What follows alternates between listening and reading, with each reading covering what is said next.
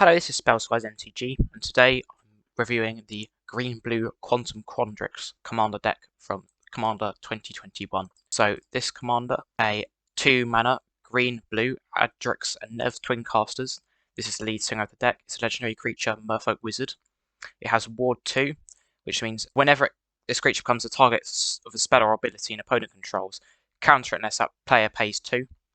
And then, if one or more tokens will be created under your control, twice that many of those tokens are created instead. The ward there gives this commander a bit of protection, and then the bottom half is the bottom half of doubling season, so you create double amount of tokens, meaning this deck is going to be a token deck where we're going to want to be making lots of tokens and doubling them up with our commander and using other effects which care about tokens. What are the stats of this deck?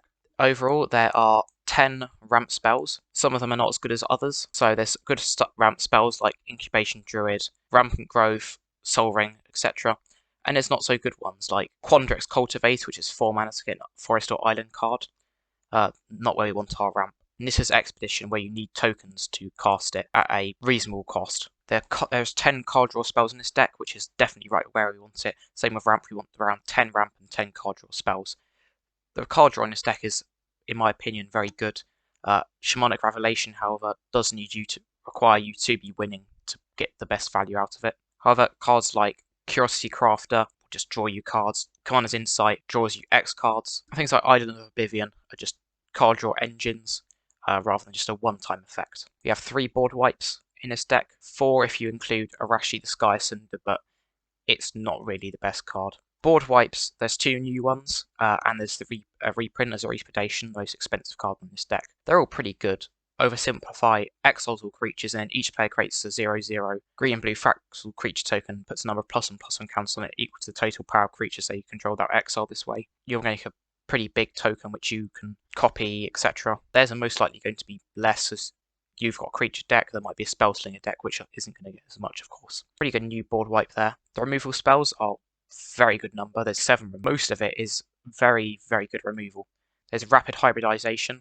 Destroy a target creature. It can't be regenerated, and its creature's controller creates a 3/3 green frog lizard creature token.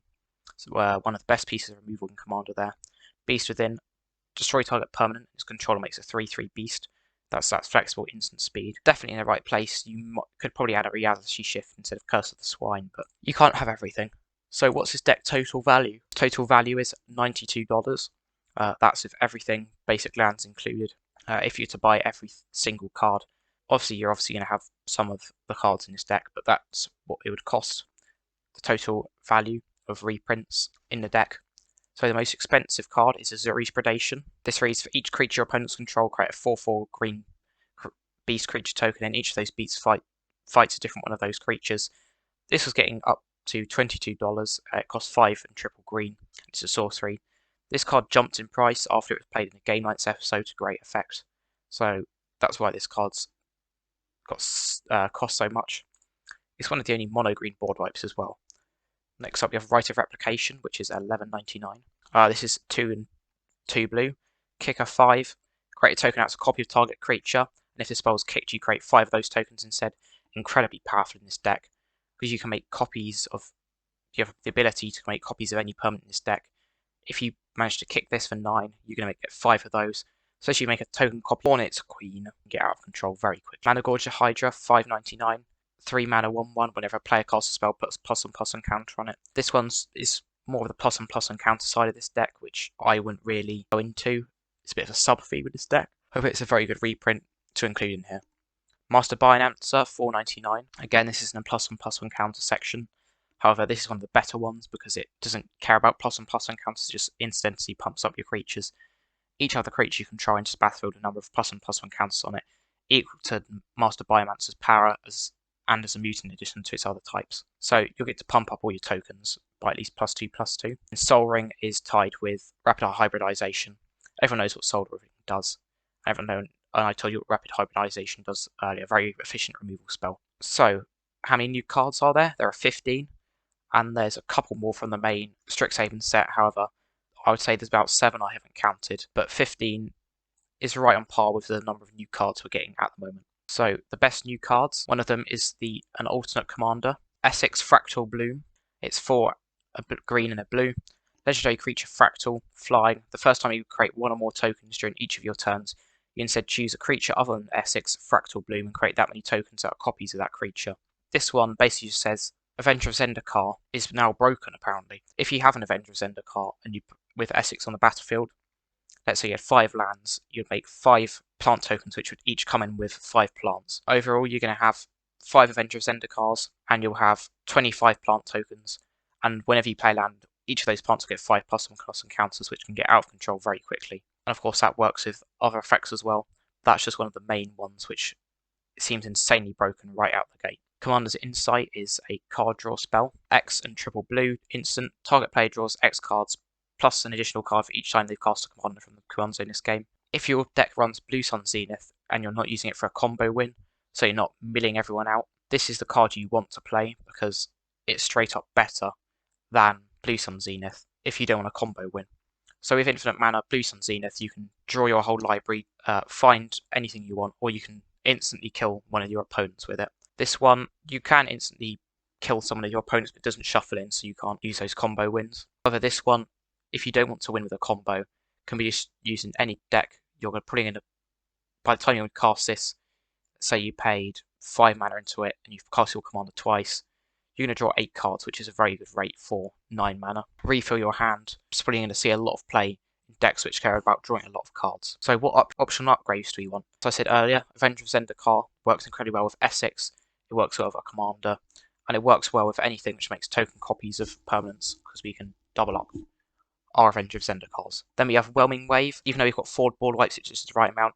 If we take out Arashi the Sky Cinder, which is very underwhelming, we can swap that with Whelming Wave, which bounces all creatures except from Krakens, Leviathans, Serpents, etc. back to their owner's hands, and that's 2 and 2 blue.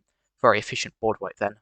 Very underplayed card. Then we have Arcane Denial or similar. I've noticed this deck doesn't have any counter spells. As you're in blue, you're going to want to have at least 1 or 2 counter spells, so Arcane Denial is probably the best budget one, along with counter spell, negate, anything else. Basically just any counter spells you want to roll which cost 2 mana, and either counter a non-creature spell or any spell. Delay as well. Next up we have Stolen Identity. This one creates a token copy of any creature, and when you attack, if you encoded it on a creature, then you get to do that every time you deal combat damage to a player. Let's say you encoded it onto a Trigon Predator, and you have a Guardian Augmenter in play. You could keep making Guardian Augmenters, making your commander bigger and bigger. I don't know why you'd want to do that, but that's just one of the things you can do. You just keep making tokens of stuff. So, got things like Hornet Queen, you could copy that and repetitively make 1/1 Hornets, and just generate a lot of value every time you attack. Then we've got Deep Forest Hermit. This creates 4 squirrels when it enters the battlefield, and it costs 5 mana, and it also gives them +1/+1. So with Adrix and Nev, we'll get 10 of those instead. And if you wanted to run Essex, then it's just a little Avenger of Zendikar again. So you'll make 25 squirrels. All of those squirrels will get +5/+5. So there'll be 6 6s, and you'll have 25 6 6s, which you can finish up the game very quickly. So both commanders you can definitely run in this deck. You have to do a little bit of playing around if you wanted to play with Essex, but you're not very far from playing that command. Overall, this deck is definitely one of the better ones in terms of new cards. Reprints, it's just average. Obviously, you've got new cards like your commander, which is incredibly powerful. A lot of the new cards like Perplexing Test, which is a board wipe. Oversimplify is probably going to be a well-used board wipe as well. Commander's Insight, as I said before, are all great new cards you can use for your commander decks. It comes with great reprints like Azure Predation, Rapid Hybridization, which is a definitely must run in any blue deck. Return of the Wild Speaker, very flexible card as well. It's either a card draw spell or a pump spell, whichever one you want to use it for. And it's just generally one of the better decks. However, on the websites I've looked at, it's the most expensive because of that commander. If it comes down to around £35 or $35, whatever currency you use, that's when I'd snatch it up, because it's a great pick for that. But being the most expensive one sort of sets it back a bit. I'd definitely recommend buying this deck if you get the chance to buy it cheaper. I think that'll be all for today. Thank you for watching, and goodbye.